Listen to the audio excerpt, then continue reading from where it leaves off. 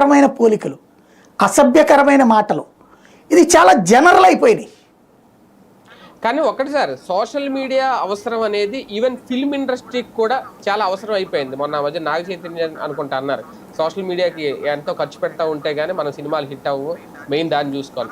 అలాగే రాజకీయాలకు కూడా చాలా అవసరం అయిపోయింది సోషల్ మీడియా.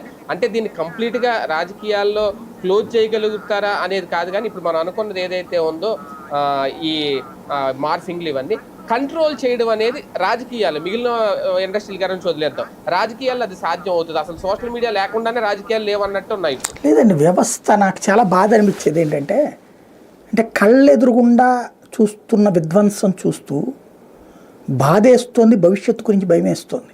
ఎందుకంటే ఇప్పుడు నేను పత్రికల్లో పనిచేసిన రోజుల్లో మాకు ఏ ఒత్తిళ్ళు లేవు.